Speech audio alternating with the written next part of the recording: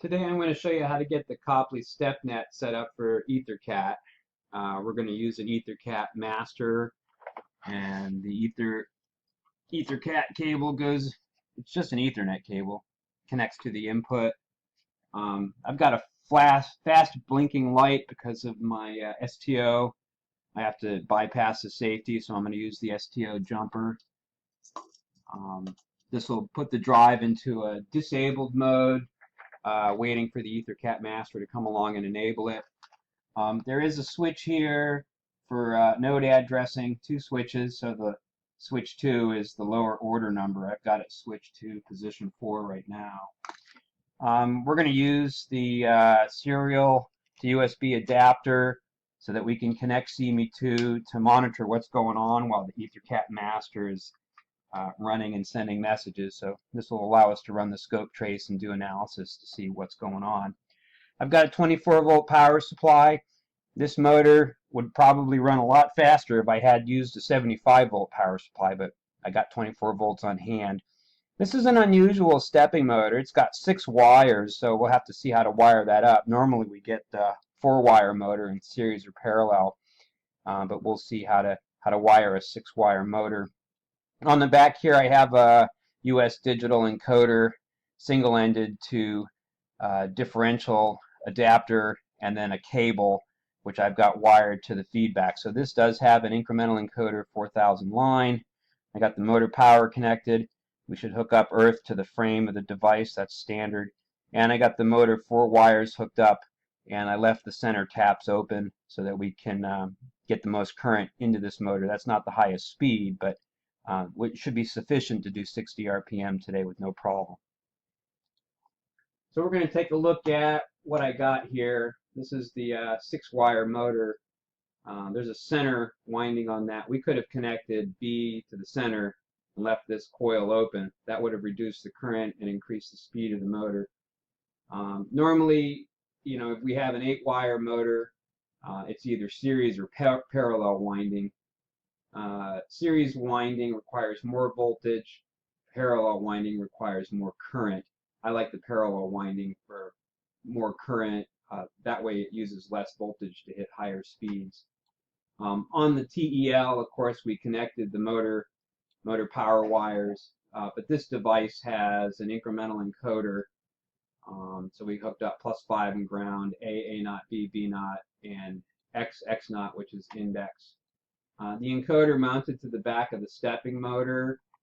This is a single-ended HP type of device that reads the lines. This has a 1000 line or 4000 counts, but there's options to go up to 10,000 counts per rev. 1000 line, 4000 count is kind of a minimum, but you can see the dimensions here of the encoder. I also got this little adapter here, which hooks up to the single-ended and gives me so the pins of the single-ended go in here, and there's a connector for differential. So this mounts right onto the back of my encoder and gives me differential transmission. And this cable option here allows us to have a connection to that connector, and then wires that I can wire up to the drive. So without further ado, let's see how to set this thing up. The basic setup, normally on the initial configuration, we can configure what we have. Not going to run in servo mode or do encoder corrections, just purely stepping motor, open loop. Check the encoder to make sure you haven't lost position. That's like 80% of all applications. Position mode, EtherCAT, CoE for the source of command, and then we can buffer the incremental encoder out if you want, that's fine. Entered some data on the motor. I got 4000 microsteps per rev setting because I have a 4000 count per rev encoder. I like to keep those 2 numbers the same. You could increase it, but might as well just go with the encoder resolution. This is a 1 amp motor. I measured the inductance and resistance. It's 200 full steps per rev, so you get lots of microsteps per rev. I calculated the initial tuning values and came up with some currents here. The bandwidth check was a little low, so I had to auto-tune it. Actually, the first thing we did here was enable it and rotate the current vector to make sure we got the right forward direction. So this is, first time you get a motor, you're going to rotate it. You can see the motor shaft rotating in a clockwise direction. I like that to be forward. And you can see as it's going forward, the counts are going up. If you don't know your encoder, you can rotate the shaft of the motor one time, which is 50 electrical cycles, and you can confirm that you have 4,000 counts per rev. If you don't like the motor direction, you can invert it and then invert the encoder direction. So when you go forward, counts go up. So all we really did was do a little current loop tuning, and then went right to the profile tab to do a single turn. I set my trajectory limits to slow, 60 RPM. I had used auto setup checkbox, but then I wanted to see some more things like voltage limited. I could monitor the bus voltage and terminal voltage servo, but let's give this a little move and see how it works. That sounds like a stepping motor, open loop micro stepping. So we're going to do line styles, connect pluses to see the samples. We should monitor the profile velocity to make sure there's no funny business here. It should be nice and flat. Each sample is 625 microseconds, so that's a good, perfect profile velocity. That's what we should see from the EtherCAT master. When we zoom into the actual current, this assumes that I haven't spun the motor too fast. I should be able to determine the variation in the actual current. It looks like about 30 milliamps peak to peak, or plus or minus 10 or 15 milliamps of quantization noise. That's normal for a stepping motor. We got a little time here, so let's see how to configure this thing for the EtherCAT. Normally, we may want to jog the motor to check it out after our tuning, but we have to be careful. When we're disabled, in this disabled mode, that's not the EtherCAT mode. On power up or reset, we'll be in the mode that's saved in flash. So this is Stepper CAN mode. It's EtherCAT. It's CoE. That's why we call it Stepper CAN. But if you jog it, notice you're in a position mode. Stepper programs, like you can jog this thing back and forth. That's pretty cool. But when you're done jogging, uncheck the box and make sure it's still in a stepper mode. So disabled mode, stepper mode. So when we power up, we're going to be disabled until the EtherCAT master comes in and takes it from pre-operational to operational, and then enables the drive, and then we can make some moves. We'll take a quick peek at the alias here. Under network config, we can see switch 2 is set to 4, and the address is 4. This is the alias. So when you bump into a drive on an EtherCAT network, it's -1, -2, -3. So you can switch over to the alias. This keeps the customers from getting confused about where the drives are located and how we wired it up. So everybody wants to switch, even though we don't really need it. People want it. While we got some time, let's take a look at servo mode, just because it's cool. I have to say I've never really used this in a real application because it's a stepping motor, not a servo motor. But let's check it out. So we'll take a look. Things look a little different in a servo mode. It's treating it like a 50-pole brushless motor with a little wake and wiggle. So I'm just going to say, okay, I'm not going to calculate because I already tuned the current loop. I will have to tune the velocity loop here. The phasing is already done because we went forward and saw counts go up, so that's good. But let's take a look at function generator tuning the current loop. So that's a pretty awful current loop, but hey, it's a stepping motor, and I tuned this myself earlier. I could adjust it, but let's just leave that alone. I'm very interested in the velocity tuning. I'd like to look at channel 3, current actual, to go along with the auto setup checkbox. Velocity parameters, that's a good accel decel. I'm not going fast. Bang it back and forth at 5 Hertz is fine. Let's take a look at that. So that's just a little wiggle in the motor as I'm testing out the velocity mode. I can see, yeah, the current's nice and small. Let's get that out of there because it's kind of noisy looking. So the limited is actually what we're commanding. That comes after, it's a square wave and it goes through an XL decel limit. So I have commanded and then actual, and it's a little bit bumpy, but if the gains are too high, then we'll break it off, cut the gains in half. If the gains get too high, there you go, big oscillations. I cranked up the interval term. That seems to be fine. Let's take a look at doing a profile mode and move in servo mode. I'll just set a checkbox. Let's go 4,000 RPM, current, actual current, voltage, bus voltage. I got a 24 volt power supply. Let's look at voltage, terminal voltage stepper. No, servo. We're in a servo mode. And voltage limited warning. So event status warning, voltage limited. I'll make a little move here. So I think I want to go much faster than that. Boy, that current sure is noisy looking. Let's just turn that off there. That's fine. It's plus or minus a couple hundred milliamps, and we're only using a small current. See, this is why servo mode is more efficient. It only uses what it needs for current. But let's take a look at going a lot faster. I think I can do this in servo mode with no problem. So let's check it out.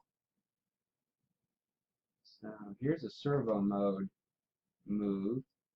We can see the bus is up around 26 or so. The voltage terminal stepper is rising. We're getting close to 20. Following error is small. That's nice servo stuff. Let's go a couple of revs and let's crank up the speed a little bit and try 350.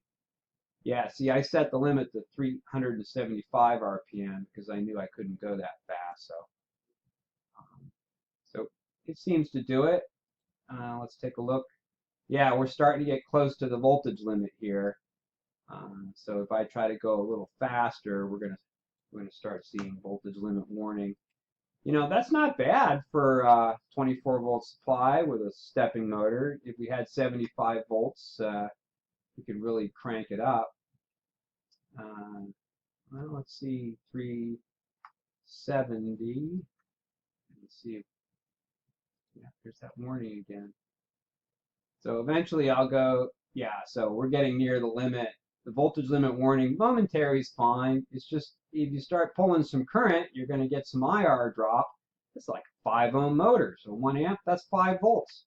So we will definitely be voltage limited, and our following error will shoot to the roof, and it'll shut down with a following error fault. And these things are configured. There's the fault at a 1 rev. Tracking window 1,000 counts, so move and settle. Maybe 100 counts is a better number there. Okay, well that's it for this. I'm gonna put it back into open loop stepping motor because it's a stepping motor. Works really good as a stepping motor. Doesn't work very good as a servo motor, but we could do it if you had to. So I'll just leave this alone, say okay. And check my configuration. On power up or reset, it'll come up in a stepper mode. So I'm ready for the EtherCAT master to start sending commands.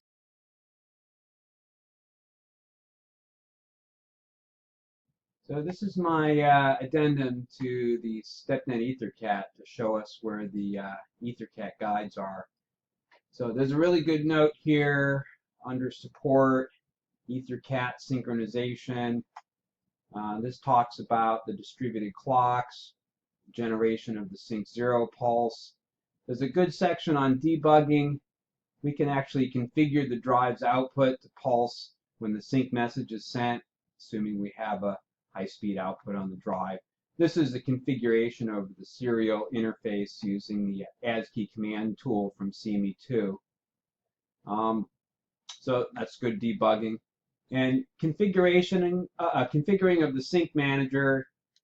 I like this one here, 1C32 subindex 1 set to 2. And this you send the position command and it holds it until you get the sync 0 pulse. So that's pretty cool. I'm not even going to read how to run without a synchronization because that doesn't make sense to me. There's another document under downloads and communication protocols, the CAN-Open Programmer's Guide. And this has the similar features to the DS-402. This came obviously from CAN-Open, but it's the DS-402 protocol. And we've added a bunch of things in here that have to do with EtherCAT 2, like CSP mode, and all the objects are noted here.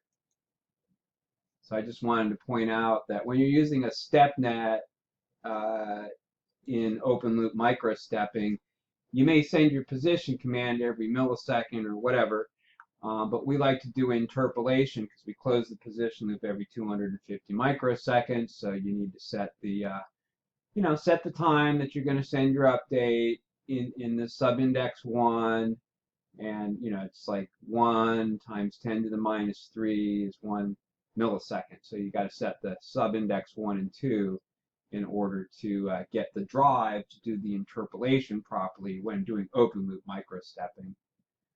There's also an EtherCAT user guide, which I haven't found the link to yet. I just found the PDF here. This guide talks about the various drives and how everything works. There's a substantial amount of information in here, which I'm just flipping through really fast. But flats and slots for single or 2-axis drives. Is it flat offset by hex 800, or is it slots?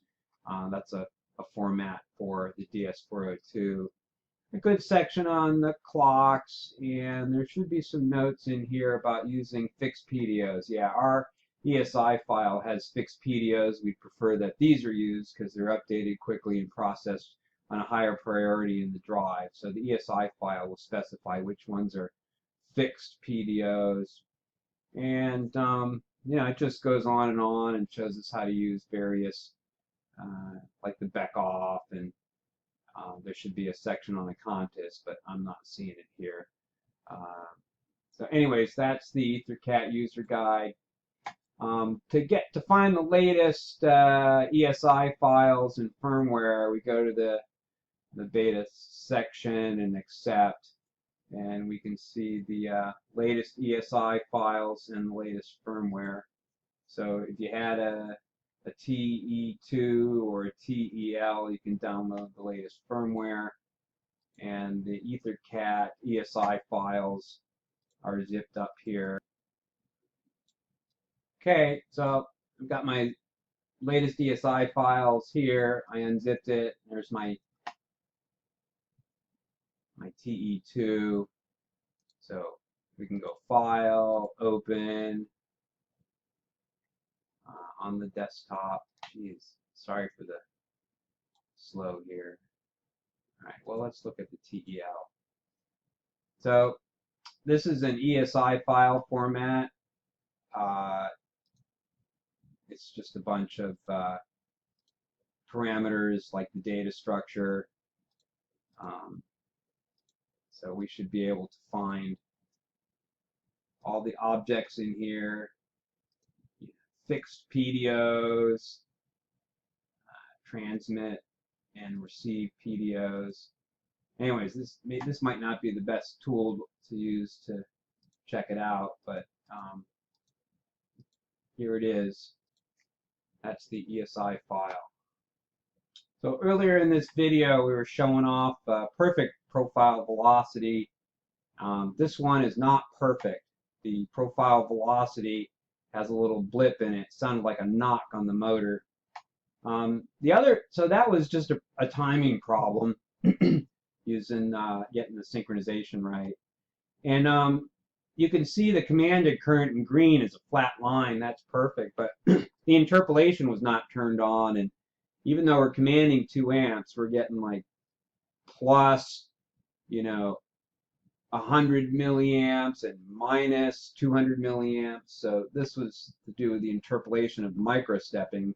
So every update rate of 1 millisecond, we got a large pulse of current. This made an awful noise in the motor. It's not a normal stepping motor noise. So these are just some things to look out for. And, to get the EtherCAT master up and running, we all got to work together. Okay, well, thanks for your time.